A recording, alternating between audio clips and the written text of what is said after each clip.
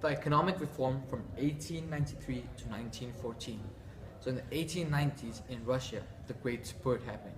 The Great Spurt is the spread of industry and increase in population, which happened in 1893. And the major cause for this exceptional growth was because of the output of coal in Ukraine and the oil in Caucasus. Right?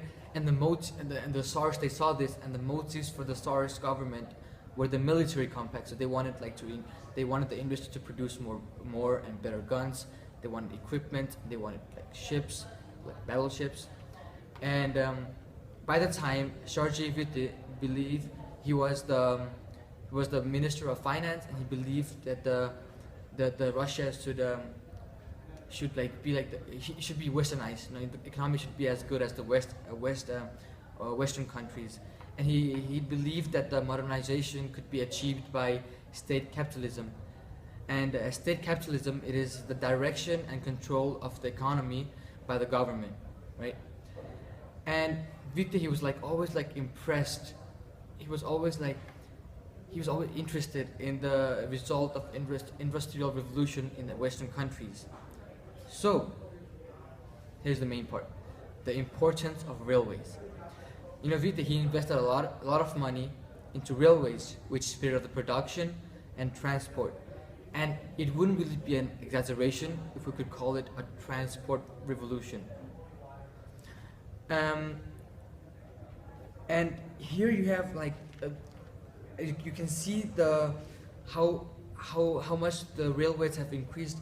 As in 1881, there were 13,270 miles of track, whereas in 1891 it was 19,510.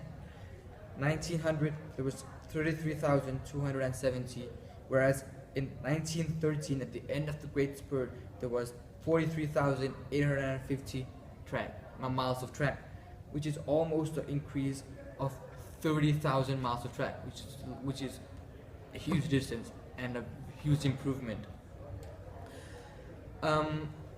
Though Witte, he had his problems. You know, he made Russia too dependent of loans and investments, and by giving priority to like heavy industry, he neglected vital light engineering areas, and he paid like no attention to Russia's agriculture needs, and he was never trusted by the Tsar's court and system of the people. So that was with his problems, and that was also the end of the Great Spurt, and it was not only with his work that like improved the Russian economy, it was a part of the industrial boom.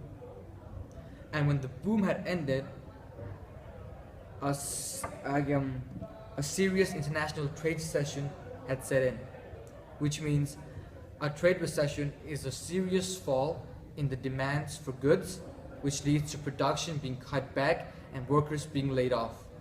And there was a widespread unemployment, and the result was acute overcrowding. However, the recession did not prove to be permanent. The period from 1908 to 1914, an overall increase in industrial output of 8.5%, right?